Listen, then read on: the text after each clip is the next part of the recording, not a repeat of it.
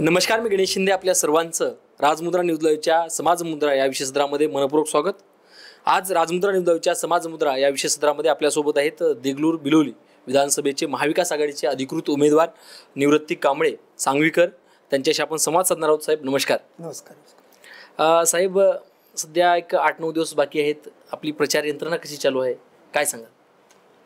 या निवडणुकीच्या माध्यमातून बोलत असताना प्रचार यंत्रणा या जिल्ह्याचे लोकसभेचे उमेदवार रवींद्र पाटील, विधानसभेचे उमेदवार मी स्वतः निवृत्ती कांबळे, पण प्रचार यंत्रणा आणि आम्ही जात असताना मतदारामध्ये फार मोठा उत्साह आहे. आणि ही निवडणूक, आमची निवडणूक ही जनतेची निवडणूक आहे आणि जनतेच्या आशीर्वादामुळेच मी निवडणूक करत आहे.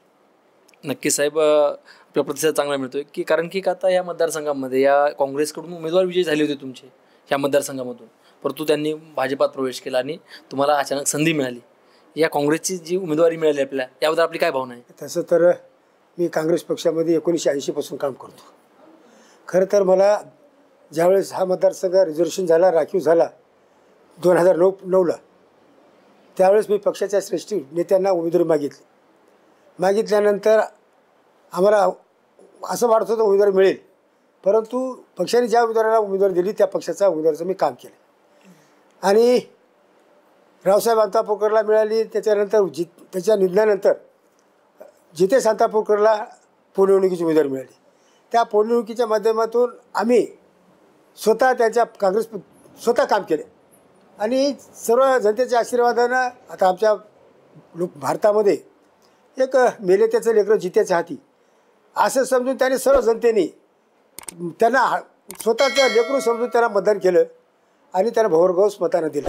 परंतु त्याने मतदाराचा विश्वासघात घेतला. मध्यंतरी त्यांनी लोकसभेला क्रॉसिंग वोट केलं आणि लोकसभेला क्रॉसिंग वोटलं ते लाजून काजून त्यांनी आमचे स्वर्गीय वसंतरावजी चव्हाण साहेब यांना लोकसभेची उमेदवारी मिळाल्यानंतर त्यांनी प्रचार करायला पाहिजे होता, पण त्यांनी आम्ही बऱ्याच वेळा त्याच्याकडे गेलो, पण त्यांनी प्रचारापासून दूर राहिले. आणि आता विधानसभेचे त्यांनी पुन्हा BJPमध्ये गेले. BJPमध्ये गेल्यानंतर लोक त्याला धडा शिकवतील, मतदाराचा विश्वासघात केलं.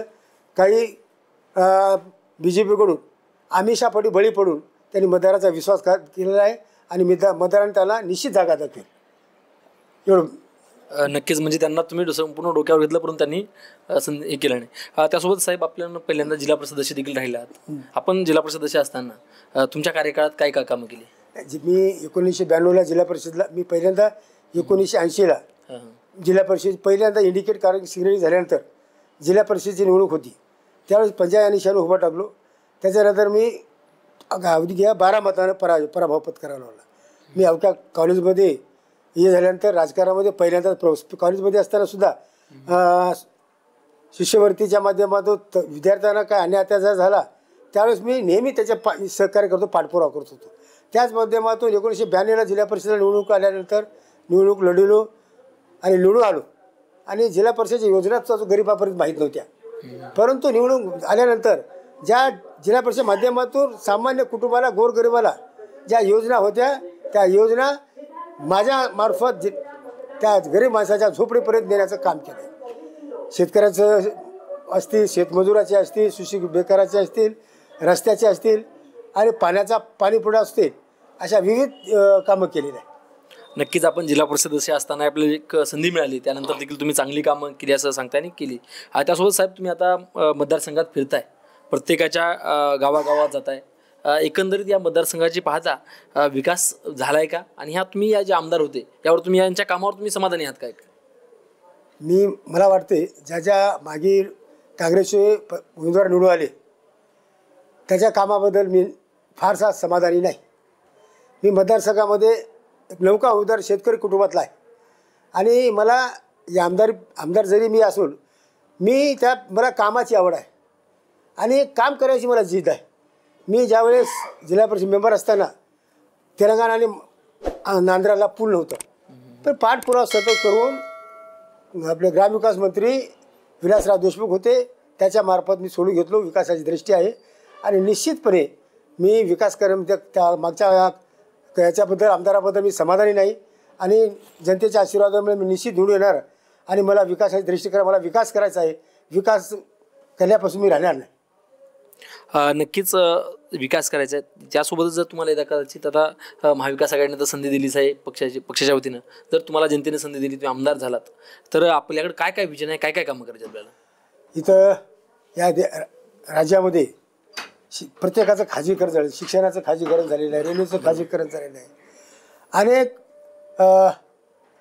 त्याचं खाजगीकरण झालेलं आहे. आपल्या राज्यातले उद्योग गुजरातला नेण्याचं कुटील पाप या BJP सरकारने केलेलं आहे. महाराष्ट्र कधी काय होईल काय सांगता येत नाही. म्हणून महाविकास आघाडीच्या वतीनं जे युती झाली, या राज्याचे नेते शरदचंद्र पवार असेल, पवारसाहेब असतील, उद्धवसाहेब असतील आणि राहुलजी गांधी असतील आणि खरगे साहेब यांच्या नेतृत्वाखाली महाविकास आघाडीची निर्मिती झाली. आणि या जातीवादी शक्तीला रोखण्यासाठी आणि गरिबाला न्याय देण्यासाठी म्हणून महाविकास आघाडीची निर्मिती झाली. या राज्यामध्ये महाविकास आघाडी सरकार येणार आहे आणि त्याच्या माध्यमातून या आमदार नात्यानं निश्चितपणे मी विकासाची कामं बेकाराचे असतील, उद्योगधंद्याचे असतील, पाठपुरावा करून मार्गी लावेल. पण रोज गावात फिरत असताना शेतकरी आपल्या भागात भरपूर मोठ्या प्रमाणामध्ये आहेत. शेतकरी सध्या काय म्हणतात, तुम्हाला काय सांगतात? शेतकऱ्यांचे प्रश्न काय सध्या? बघा, शेतकरी या आपल्या भाजप सरकारनं निवडणुकीच्या काळामध्ये असं म्हणलं होतं, शेतकऱ्याच्या मालाला भाव देऊ. ते पण खोटं ठरलेलं आहे. सुशिक्षित बेकाराच्या बाबतीमध्ये बोलत असताना पण आपल्या तरुणाला कोट्यावधी नोकऱ्या लावू आणि ते कोट्यावधी नोकऱ्या लावायचं तर बाजूलाच राहिलं, पण जाहिराती काढायच्या, एका पेपरला 1,000 रुपये लुटण्याचं पाप त्या बेकार पोराकडून केलेलं आहे. आणि त्याचबरोबर आला शेतकरी आत्महत्या करतो. शेतकऱ्याच्या मालाला भाव जर मिळाला तर निश्चितपणे आत्महत्या रोखणार आहे आणि महाविकास आघाडी सरकार शेतकरी शेतमजुरांना न्याय देणार आहे. सध्या महाविकास आघाडीकडून बोललं जातं की महागाई वाढली. ह्याकडे कसं पाहता आपण? आता महागाई वाढलेल्या कारणीभूत या BJP सरकार आहे. आणि या आमच्या काँग्रेसच्या काळामध्ये आता गॅस सिलेंडरचा भाव 460 ते 4,400-4,500 होता. आता आम्ही आमच्या जाहीरनाम्यामध्ये गॅस सिलेंडरचा भाव 500 रुपये देण्याचं घोषित केले. त्याचबरोबर महिलांना 3,000 रुपये दरमहा अनुदान देण्यास जाहीरनाम्यामध्ये प्रसिद्धी केली. त्याचबरोबर सुशिक्षित बेकारांना, रोजंदारांना त्यांना दरमहा 4,000 रुपये देण्याचा जाहीरनाम्यामध्ये प्रसिद्ध केलेला आहे. आणि त्याचबरोबर आज आपल्या देशामध्ये आतापर्यंत जनगणना झालेली होती. जनगणना करण्याचा सुद्धा त्या जाहीरनाम्यामध्ये घोषित केलेलं आहे. अजून कुटुंब नियोजन, आपल्या आरोग्य विमा 25 लाखापर्यंत केलेला आहे आणि महिलांना बस सेवासुद्धा फुकटची केलेली आहे. अशा विविध योजना महाविकास आघाडीच्या वतीनं राबवण्याचं उद्दिष्ट आणि जाहीरनामा प्रसिद्ध केलेला आहे. नक्की साहेब, आम्ही ज्यावेळेस जनतेचा कौल घेत होतो, आम्ही एक राजमुद्राच्या माध्यमातून जनतेचा कौल घेतो, बाबा लोकांच्या काही समस्या सुटल्यात का, तर एकंदरीत पाहता बसस्टँडमध्ये गुडघेत खडे दिसालेत, बऱ्याच ठिकाणी विकास नाही.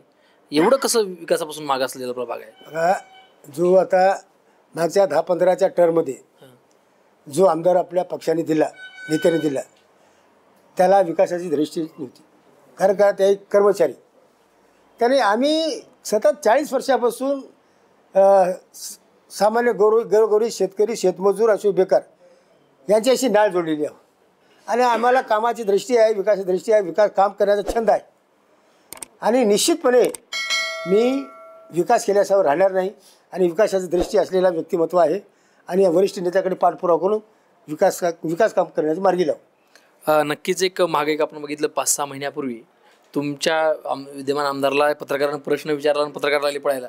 भविष्यात आपण जर आमदार झाला असं आपल्याला जर प्रश्न विचारला, आपण पळताल का?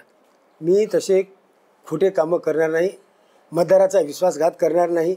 ज्या मतदाराने ज्या अपेक्षेनं त्या आमदाराला जितेशला निवडून दिलं होतं, त्यांनी मतदाराचा विश्वासघात केला, क्रॉसिंग वोट करून आणि पैशाच्या अभिलाषापोटी त्याला पत्रकारापुढे बोलता आलं नाही. त्यामुळे तो पळीचा हे केला आणि काय उत्तर द्यावं आणि काय प्रश्न विचारतील काय घाबरून त्यांनी पळ काढलं. त्याच्यामध्ये खोलामध्ये जाणार नाही, त्याला तो जबाबदार राहणार, मतदार धडा शिकवतील. नक्की साहेब, तुमच्याबद्दल एक कुतूहल आहे. सगळीकडेच बोलल्यात की बाबा दिगरूर बिलोलीमध्ये काँग्रेसच्या खऱ्या कार्यकर्त्याला न्याय मिळाला आहे. एक सामान्य कुटुंबातील माणसाला न्याय मिळाला आणि त्यांना तिकीट मिळालं आहे.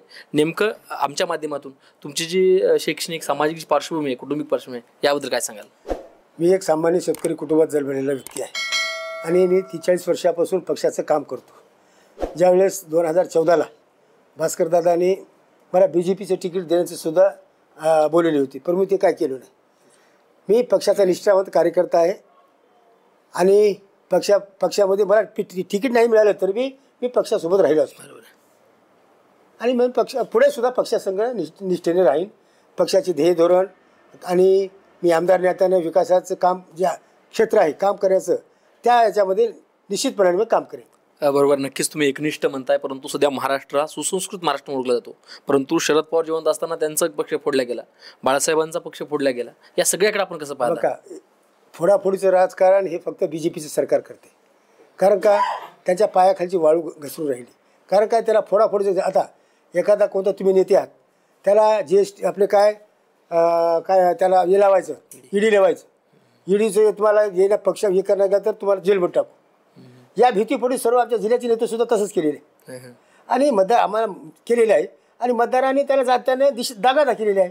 आणि जेव्हा नांदेड जिल्ह्याचे नेते अशोकरावजी चव्हाण साहेब काँग्रेसमधून BJPमध्ये गेले पण मतदार स्थिर होता आणि असं वाटलं होतं पक्षाला की नांदेड जिल्हा काँग्रेस पोरका झाला, परंतु मतदारांनी हिंमत दिली आणि त्या हिमतीच्या जोरावर स्वर्गीय वसंतरावजी चव्हाण साहेब काँग्रेसची पताका खांद्यावर घेऊन लोकसभेची जागा निवडणूक लढवली आणि जनतेच्या आशीर्वादानं जनतेनेच निवडणूक हातात घेतली आणि त्यांनी 60,000च्या मताधिक्याने निवडून आले. नक्कीच साहेब. त्यासोबतच साहेब राजमुद्रा न्यूजच्या माध्यमातून आपण मतदारसंघातील सगळ्या मतदारांना नागरिकांना काय आवाहन करायला काय सांगाल? मी एक एवढंच विनंती करतो की आम्ही दोघंही स्वर्गीय वसंतराव चव्हाण साहेब यांचे सुपुत्र प्राध्यापक रवींद्र चव्हाण साहेब आणि मी स्वतः काँग्रेस पक्षाचा उमेदवार निवृत्ती कांबळे विधानसभेचा आणि लोकसभेचे रवींद्र पाटील चव्हाण साहेब येणाऱ्या 20 तारखेला काँग्रेसच्या पंजासमोर बटन दाबून विजयी करावं एवढी विनंती करतो. असं आव्हान करतो की बाबा महाविकास आघाडीचे सरकार सत्तेमध्ये येणार आहे, आम्ही तुमचे काम करू आणि असं मी बोलतो. थांबतो. जय हिंद, जय भारत. संवाद साधल्याबद्दल आपले मनापासून धन्यवाद. हे होते देगलूर बिलोली विधानसभा मतदारसंघाचे महायुतीचे महाविकास आघाडीचे काँग्रेस पक्षाचे अधिकृत उमेदवार निवृत्ती कांबळे सर. या संदर्भात नेमकं आपल्याला देखील काय वाटते, आपले जे काही या संदर्भात काही प्रश्न असतील ते देखील कॉमेंट बॉक्सवर टाकून विचारू शकता आणि राजमुद्रा न्यूजचे संपूर्ण सत्र पाहत राहा. धन्यवाद.